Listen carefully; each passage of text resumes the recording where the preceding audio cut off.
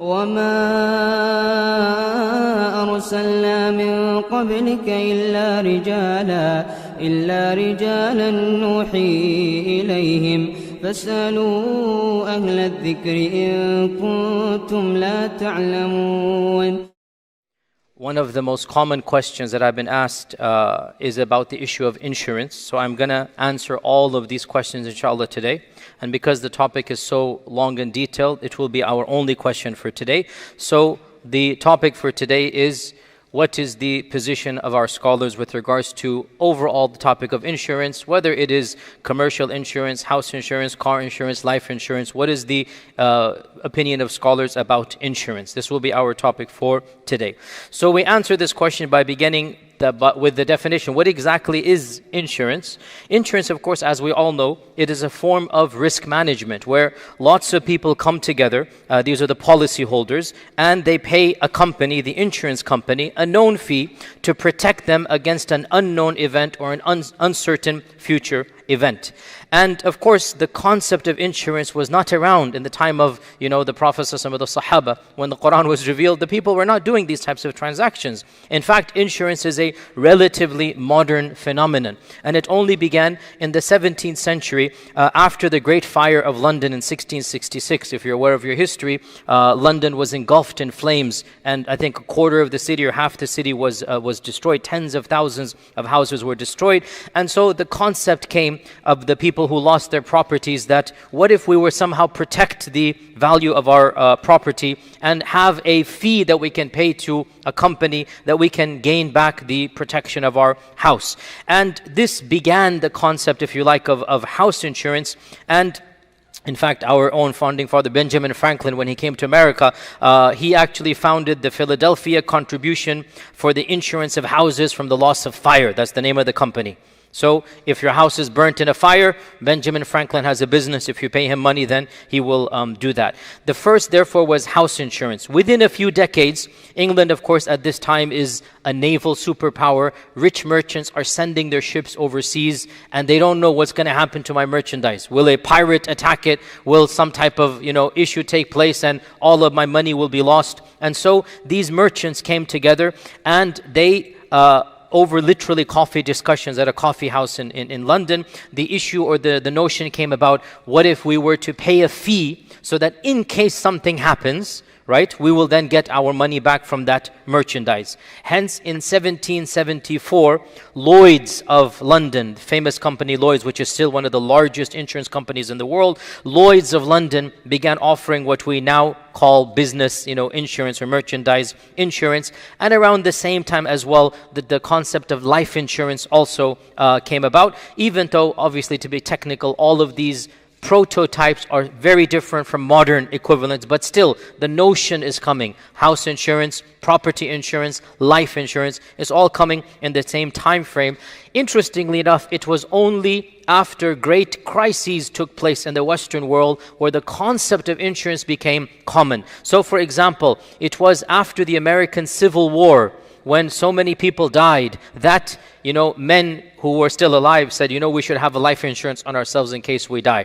And the largest spike in life insurance happened after World War I, believe it or not. When so many hundreds of thousands of people died, so those that were left alive were like, hey, we might as well get insurance over here. So it's interesting how calamities had an impact on insurance. Now, before I even get to the fiqh issue, obviously the question a lot of us have, how can these insurance companies make a profit anyway? I mean, if you think about it, you're paying, $100, $200, whatever per month, and then when you need them, they're going to pay you $10,000, $20,000, $30,000. Or life insurance, you're paying, $50, $60 for those of you that, might possibly have it. We'll get to this verdict soon. And the goal is to get $500,000, right? So how are they going to make a profit when you are paying a nominal fee?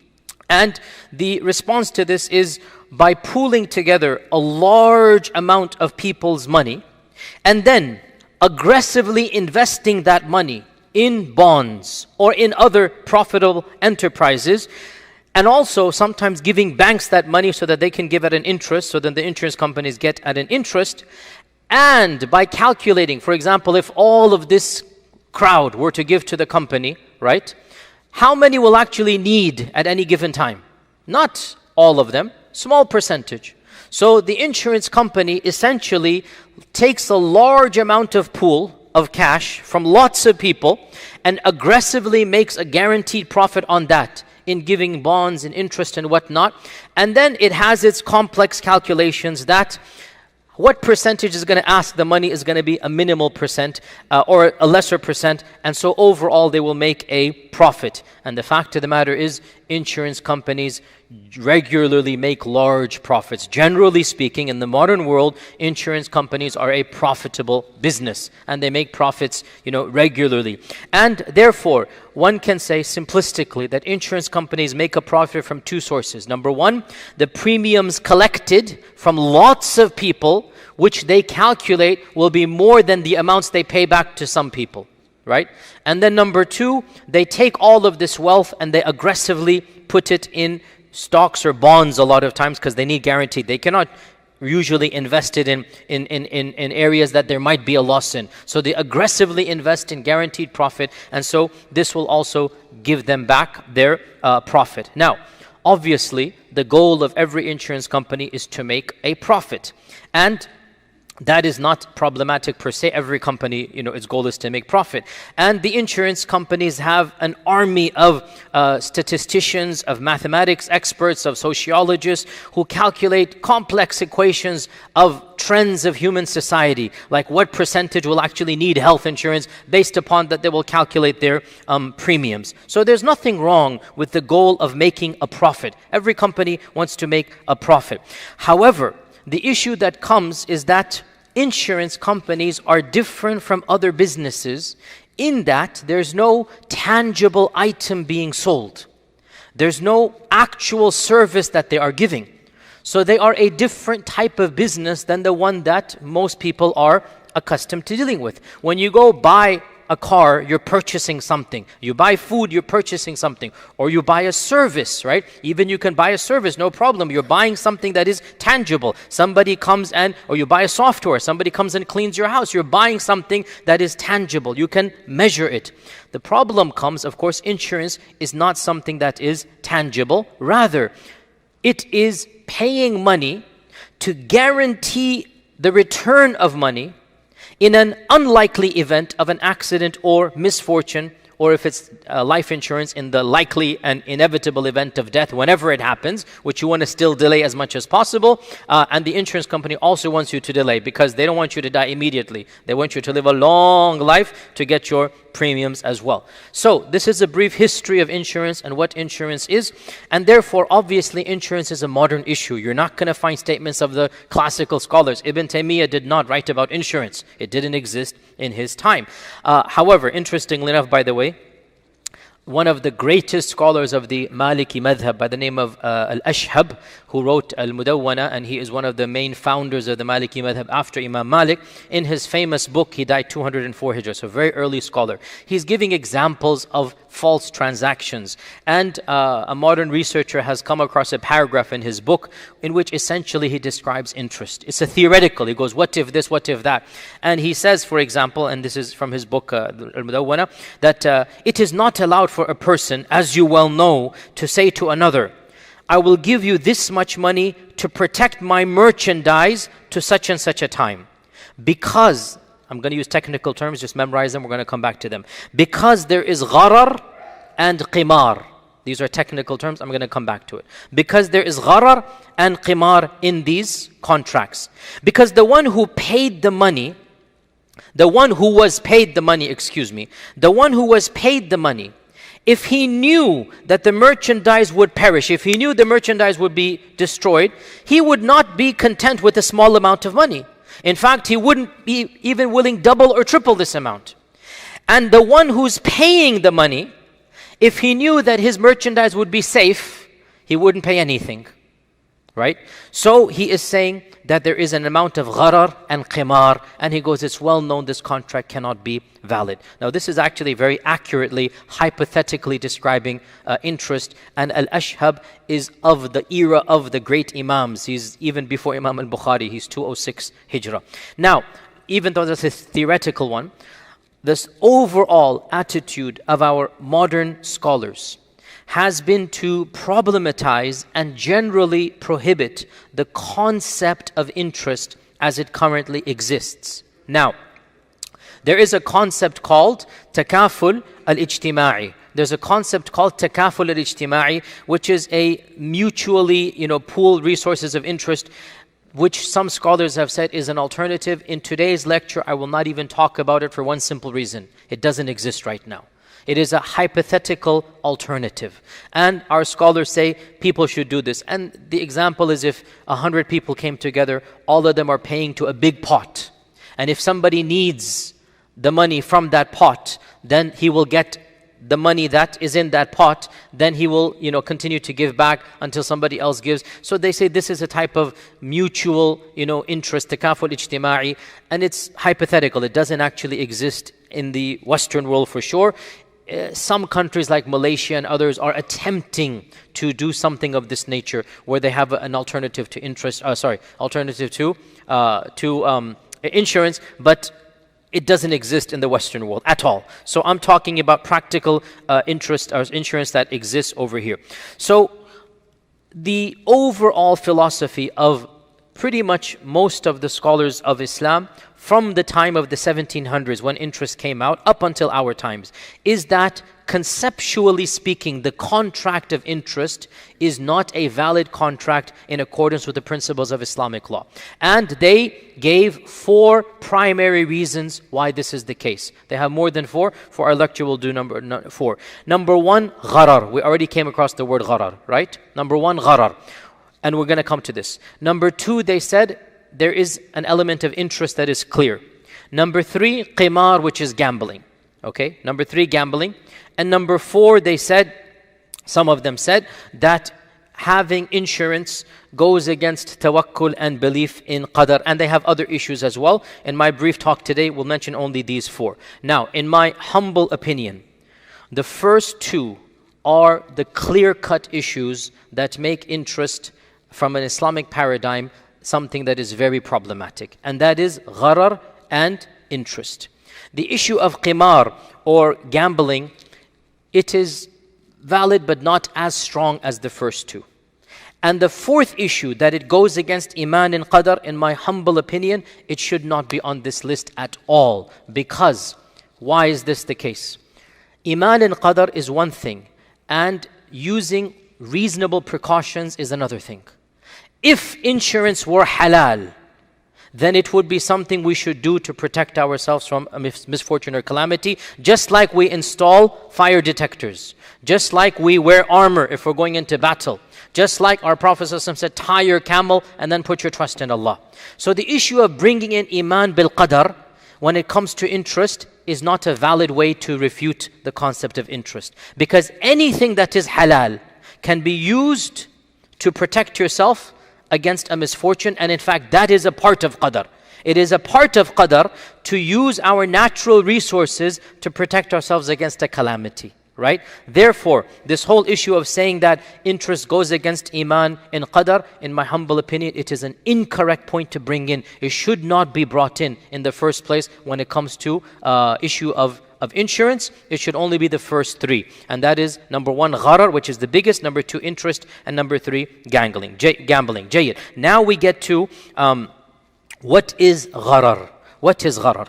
And gharar is such an important concept that I'm going to spend a few minutes on it, because as Imam al-Nawawi said, that the concept of gharar and the prohibition of gharar is one of the foundational premises of Islamic economics.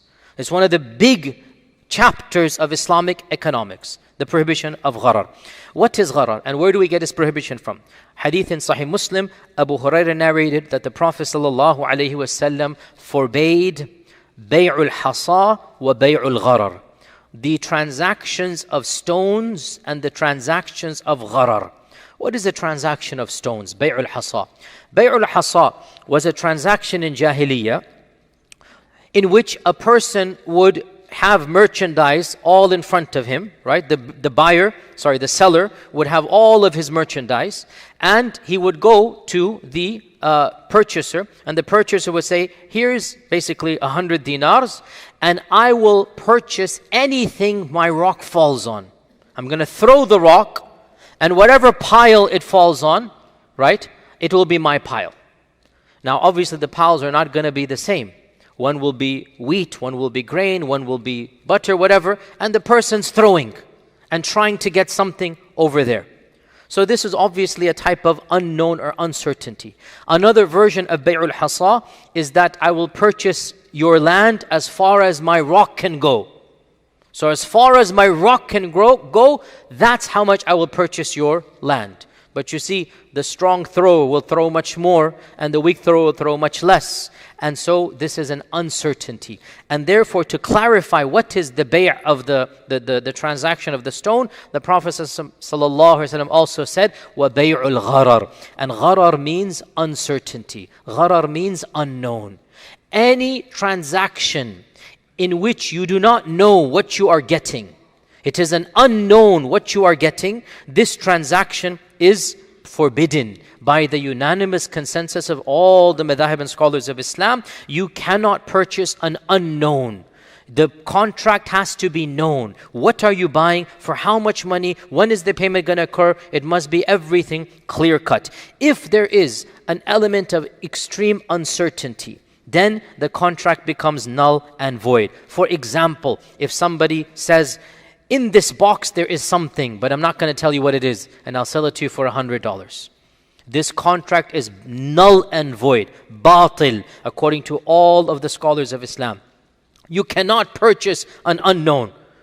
Or if a person, again, pulls out a lottery type of stuff. This is the standard lottery. If you purchase a ticket of, $10, one of the people will get it. That's the Bay'ul Hasa. It's basically you're throwing the lottery. One of the people will get it and the others will not get it. Now, by the way, footnote here. What is forbidden is the essence of the contract being unknown. As for small details being unknown, this is obviously understood. When you purchase a car, you know the overall state of the car. You know the model, you know the state is a good. Now obviously, if somebody finds a small scratch underneath the seat or something, you cannot say, oh, I didn't know about this.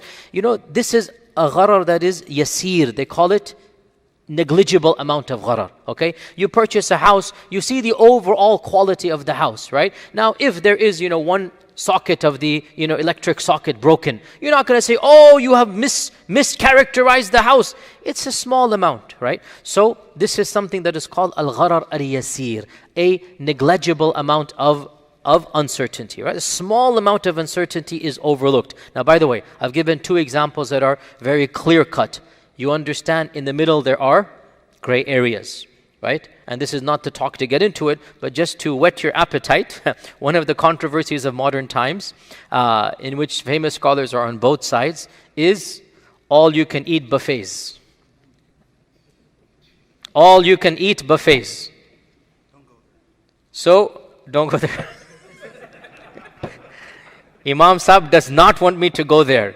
Meaning, you don't want me to go to the buffets, or you don't want me to go to the example of who goes to the buffets.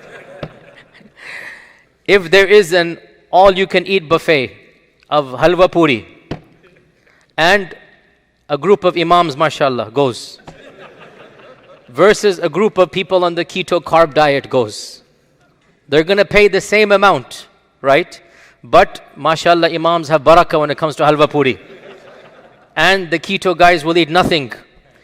And this is, jokes aside, is this gharar that is extreme, or is this gharar that is qalil or yasir? Most of the ulama of our time say that this is overlooked gharar, because the restaurant owners have calculated and figured out an average amount, and on average a person eats a certain amount and whatnot. But some of my teachers were stricter, and they said, no, this is not gharar yasir, because it is known that a person might eat 4 or 5 times the amount of another person. And so he would say it is not allowed to go to, one of my famous teachers, he would say it's not allowed to go to this because this is gharar. So my point is, I give you two examples that are clear cut. Uncertainty, what is inside the box? And it's a closed and shut and padlock. I'm not going to tell you what's inside the box. And by the way, this is done in America when the storages, right? When the storages are locked up, right? And then the contract expires. So the person says, unknown, I don't know what it is, I'll sell it to you, whatever is inside, for $100. This is gharar. It is not allowed for any Muslim to get involved in this, because this is exactly bay'ul hasa. You throw a stone at random, you don't know what's going to happen. This is exactly bay'ul hasa. It's not allowed. This is gharar that is fahish, or that is a lot. And gharar yasir, I gave the example. Anything you buy, you do not examine it to the molecular level. You don't examine, you have an idea. You buy a pound of grapes. You do not examine every single grape. You understand overall the quality is whatever, XYZ quality, and you purchase accordingly. Obviously, in the middle, there are middle examples which we're going to neglect for our talk today. Now, in the insurance transaction, what are you getting back for what you pay? Do you know? This is why the entire transaction really is a type of extreme gharar. And this is well known. And that's why the vast majority of scholars, like 99% of the Ummah scholars, when they talk about insurance, they say the number one issue insurance technically cannot be allowed is gharar.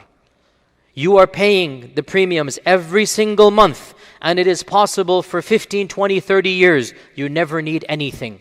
And it is possible the next month something happens and the insurance company pays you $500,000, $1 million, right?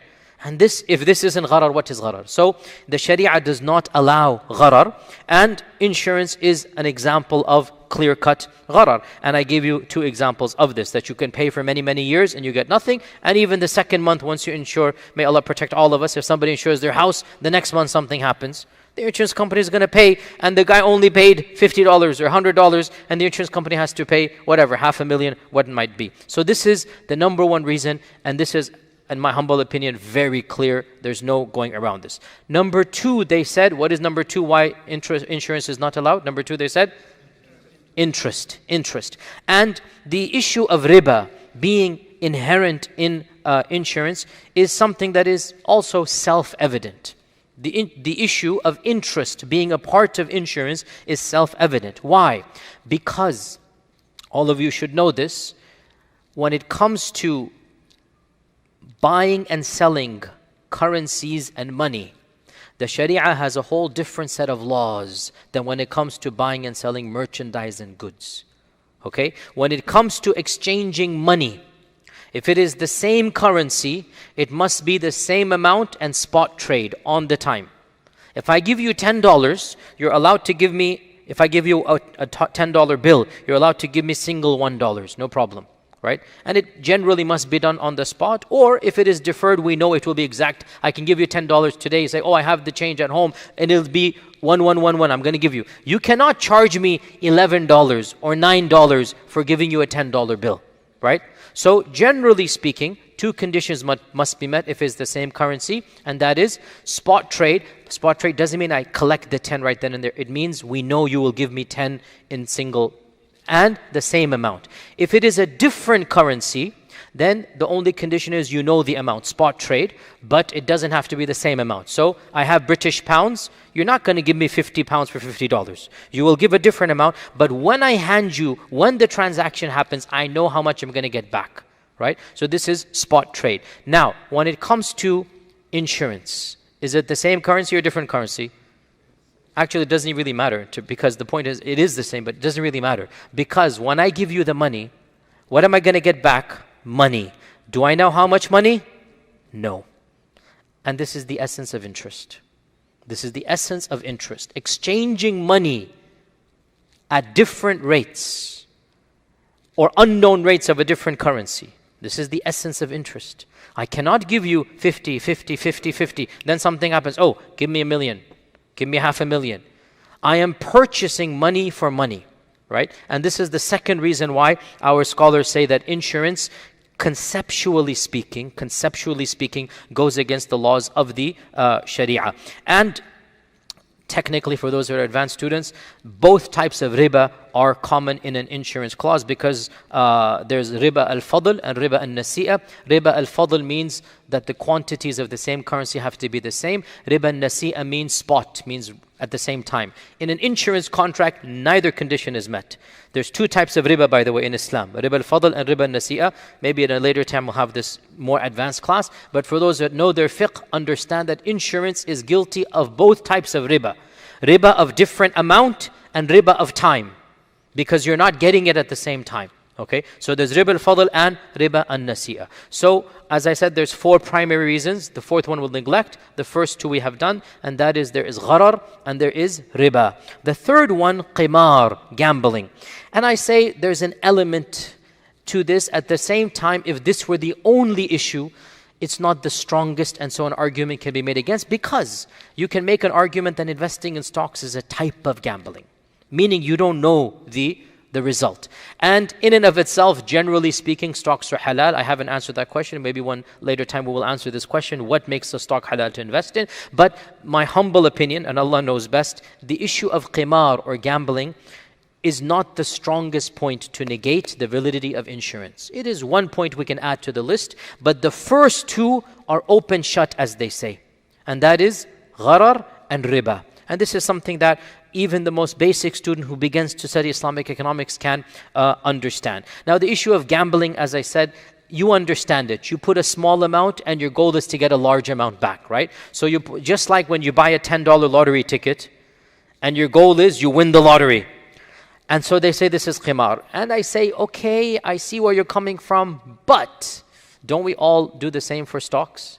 I mean, don't we all wish we had invested in Yahoo back in 1999? For those of you that know what I'm talking about, right? If we only had $10,000 back then we wouldn't have to be employed and khalas. So that's also a type of, but so that's not haram. So therefore I say with my utmost respect, qimar is not the main issue that we can use single-handedly. By the way, these 4 are the main, then there's 5, 6, 7 that other people do, and in my humble opinion, the first 2 are enough to be said. Now, the fatwa that conceptually speaking, insurance is haram, is the standard fatwa given by the vast majority of scholars, and the first alim to ever, that we know of, to ever issue a fatwa about interest was one of the greatest ulama of the Hanafi madhab, Ibn Abidin al-Hanafi, who died in 1784 and who wrote the famous book Radd al-Mukhtar, which is a very famous standard Hanafi textbook, and he died 1784. So it's very interesting, subhanAllah, while insurance is just coming out in England, and Ibn Abidin was where? You should know where he lived. Where did he live? Damascus. And he's in Damascus, and he, subhanAllah, I don't know how, actually, really would be interested about how did he know about what is insurance and what not, but he wrote a detailed fatwa that went over the contract of insurance, and he laid the skeletal foundations for all of these later ulama in 1784, subhanAllah, that he wrote this, and pretty much after him, it simply became the standard, and everybody is looking at it, even if insurance is evolving, but the same issue of of gharar and of riba exist. And that is why I do not know of any council of fiqh scholars in the globe, and there are over a dozen of such councils. I do not know of any such council that has said the concept of interest is halal. And I can quote you the Council of Senior Scholars of Saudi Arabia, the Kuwaiti Council of Scholars, the Azhar Council of Scholars. You have the Rabita, the Majma' al-Fiqh al-Islami in the Rabita. You have the Council of Scholars of Islamic Finance, Al-Mu'tamar Al-Alimi Lil-Iqtisad Al-Islami. There is a large scholarly body of financial experts, the largest such one in the world, and they have semi-regular meetings and they issue fatwas. These are the most knowledgeable specialists in Islamic finance in the world, and they come together once in a while and they issue fatwas. And essentially all of these councils that are well known and famous have said the concept of insurance, conceptually, it is not allowed as it exists today. Again, remember, there's an alternative which doesn't exist in the modern world, and they say this is maybe halal, but that doesn't exist in the modern world. Now, did anybody disagree? Yes, as usual. It's not ijma' 100%. We have a handful of names that in the realm of modern Islamic law are known to be, how should we put this, to have views that are atypical. Their knowledge is respected, their reputation is established, everybody admires them, but they're known to be atypical in their fatwas. And some of these people have been at the forefront, in fact, they're the only ones that have been allowing insurance as a concept. And perhaps the most famous amongst them is Dr. Mustafa al-Zarqa and also Dr. Abdul Wahab Khalaf. These are two global ulama who were world famous in the 70s, 80s, 90s. They both passed away in the 90s, or early 90s, I think, yeah. But these were like, they were on the same panels as Shaykh Qardawi and others, those to that level. And everybody admired and respected them. They have established a reputation, and they have fatwa that are known to be outside of what is called, the norm. And that doesn't make it wrong, by the way. If you listen to my last lectures, it doesn't make it wrong. I'm just saying these are people that are typically outside the box. And Dr. Mustafa Zarqa was one of the first to write a treatise about insurance being permissible. And this became like the standard for later scholars who wanted to make it permissible. And he argues that there is no gharar. We said number one is gharar. He argues that there is no gharar. Why? He says because the companies are doing their due diligence and making sure that the risk is overall assessed and minimized. And they said, as for this claim that there is no tangible benefit, no, there is tangible benefit. There is recognizable benefit. You get something tangible from insurance. What do you get from insurance, guys? Very good, mashallah, hit the nail on the head. You get peace of mind. This was Mustafa Zarqa's point. When you have insurance, you get peace of mind. That is something tangible. It's something that is, you can know it. I mean, tangible means you know it's there. It's something that is there. And he gave the example of a security guard. Security guard, we have our security guard here, right? We have, or maybe if there's a caravan, you hire a security convoy for the caravan. When the banks have, I don't know if they still have it or is there something in the movies. Do they still deliver money to the banks? I don't know. But if they deliver money to the banks, those armored cars always have security. Okay, you're paying the security guard an amount of money. Do you know how much work he will need to do? Is there going to be a robbery that he has to protect from or not? Do you know that? No. If there's no robbery, if nothing happens, that's what we hope for. Alhamdulillah, our security guard just walks and enjoys and mashallah says salam to all of us, right? May Allah protect all of us and all of the Muslims. But if something were to happen, right, what responsibility will be on the security guard is much more than for the rest of the year. And he's not going to get an extra pay raise for that, is it? It's an unknown. And Dr. Mustafa Zarqa said this is the same as what? Insurance.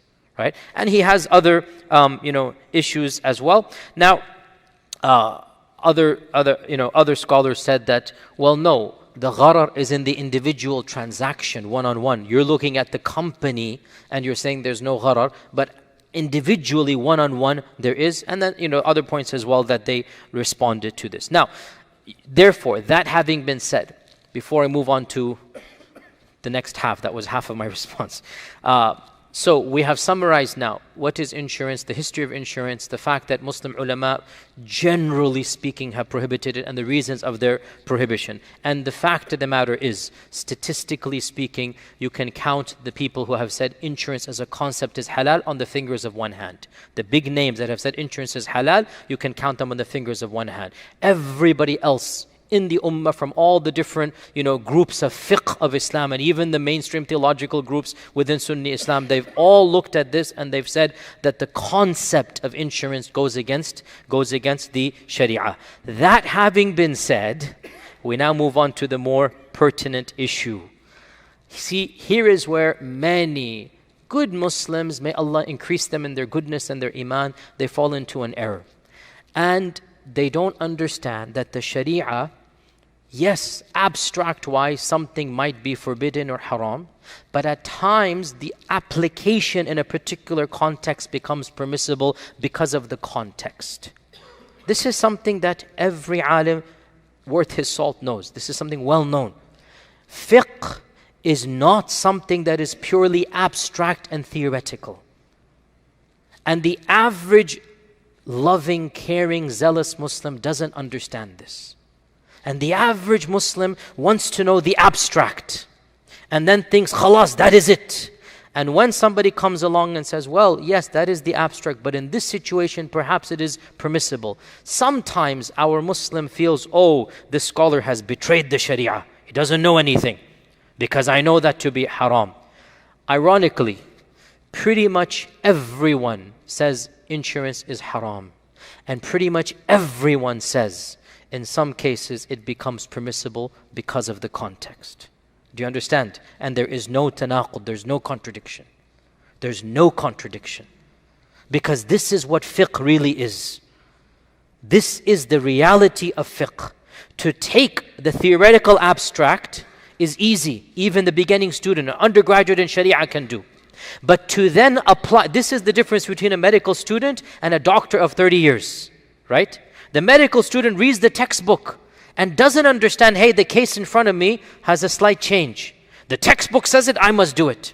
Whereas the doctor of 30 years knows, hold on a sec, that's the general rule. But the case in front of me, because of my experience, because of this and that, it is an exceptional scenario, right? And this is where a lot of times we find the tension happening between the neophytes and the younger students of knowledge versus those that are well respected. And that's why the same councils that said insurance is haram, without exception, in every fatwa, they then come back and they say, however, in such and such circumstances, it might be permissible for those people. You see the point here, right? And so we now get back to applying this theoretical, to applying the abstract to what?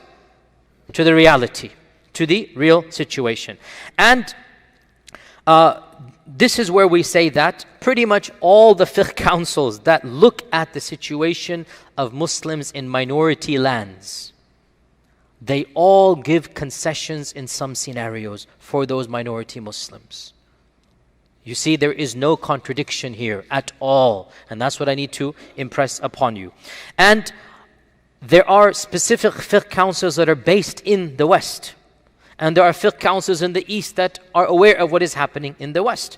And that is why when you look at their fatwa, which I have looked at, all of them say, theoretically, conceptually, insurance is not allowed. However, in certain circumstances, it becomes permissible because of the overriding need, because of the necessity, because of the hardships that would be faced otherwise. And so, for example, AMJA, which is the American Muslim Jurist Association, which is based here in America, or the European Council for Fatwa, which, I love AMJA and I love our fiqh council that I'm a part of, but the fiqh council of Europe, frankly speaking, its scholars are of a more global nature and more well-known, right? Jokes aside, I sit on the Fiqh Council of North America. Shaykh Qardawi used to sit on the Fiqh Council of Europe. There's a world of a difference, okay? There is no comparison. With my utmost respect to all of us here, the Fiqh Council of Europe is the senior most council, in my humble opinion, that deals with Western affairs. Because the caliber of people who sit on it are at a totally different global level. That's because there are more Muslims in Europe, by the way. And that's because they've been in Europe longer. We are still new in America, and things are different for us. Our quantity is less. We've only been here in large numbers since the 80s, whereas in Europe, they've been since post-World War II. So things are different. The concentration is higher. So we are giving excuses for ourselves. But I am telling you, as somebody who sits on the Fiqh Council of North America, I personally respect the European Council immensely because of the caliber of people on it. And actually I was in England 2 days ago and I met with the president of the council to discuss certain issues of fiqh as well. So the point being, the European Council of Fatwa and Research has given a detailed fatwa about insurance, and they concluded conceptually insurance is not allowed.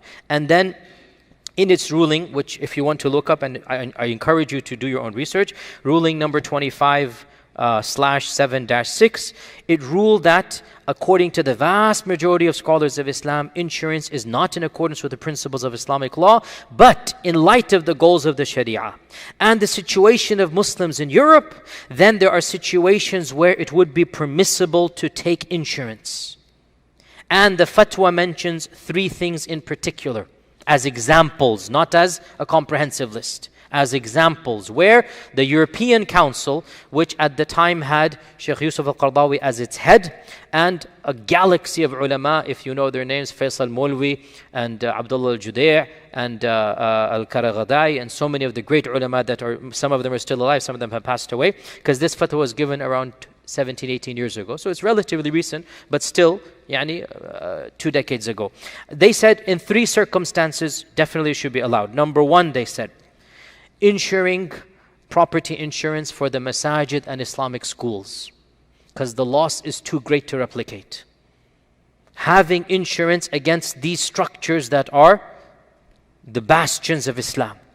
May Allah protect all of our masajid. What would we do if some crazy guy comes and does something? How are we going to, the loss that would happen, it is simply too much realistically for a community to cope with. Given that darura, then the European Council said to take insurance to protect these structures is something that is permissible. Number two, they said, insuring one's private properties or cars or businesses from natural disasters like fires or earthquakes. Number three, they said health insurance where the cost is prohibitive to take reasonable health measures. I think this was a dig in America actually, because Europe, mashallah, has all social health care, as you know. That's a joke. But anyway, the fatwa is clear.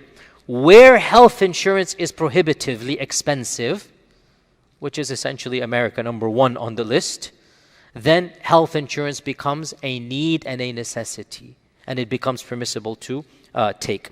And they concluded and they said, as for life insurance, the committee has paused discussion because of its controversy, and they will look at it in a later fatwa, which they did, and I'm going to come back to. Okay? And in another fatwa, the Al-Majlis, the same European Council, fatwa number 30/2-8, they said that, so they discussed life insurance. In that fatwa, they said that life insurance was not allowed, and this is the position of the vast majority of the councils, and they did not make an exception for Western lands. So, the European Council convened 17, 18 years ago, discussed insurance and allowed specific insurance for Western people. And they said, life insurance, problematic, let's discuss it in a few years. They did discuss it a few years later. And they issued a fatwa that life insurance doesn't meet the criterion for hardship, for darura. And so they did not allow it, but they made an exception, and they said, only if the company offers it without you signing on. So it's something that you're not paying for, or you're not opting into it, or you're not, it's not something that you are, directly getting separately. It's coming from the company. In this case, you are not getting it as a third-party entity. Or they said, if there is a type of insurance policy that the government does, which is totally separate. When the government gets involved, right, then it's really not the insurance that we understand. It's a type of taxation. So they gave an exception, Social Security, whatever, that doesn't come under this as all. So, therefore, to conclude this issue, and then I have one issue left and we're done. To conclude this issue, it is very clear, and Allah knows best, that theoretically speaking, the concept of insurance has major problems, and it goes against a number of fundamental tenets of the goals of Islamic finance.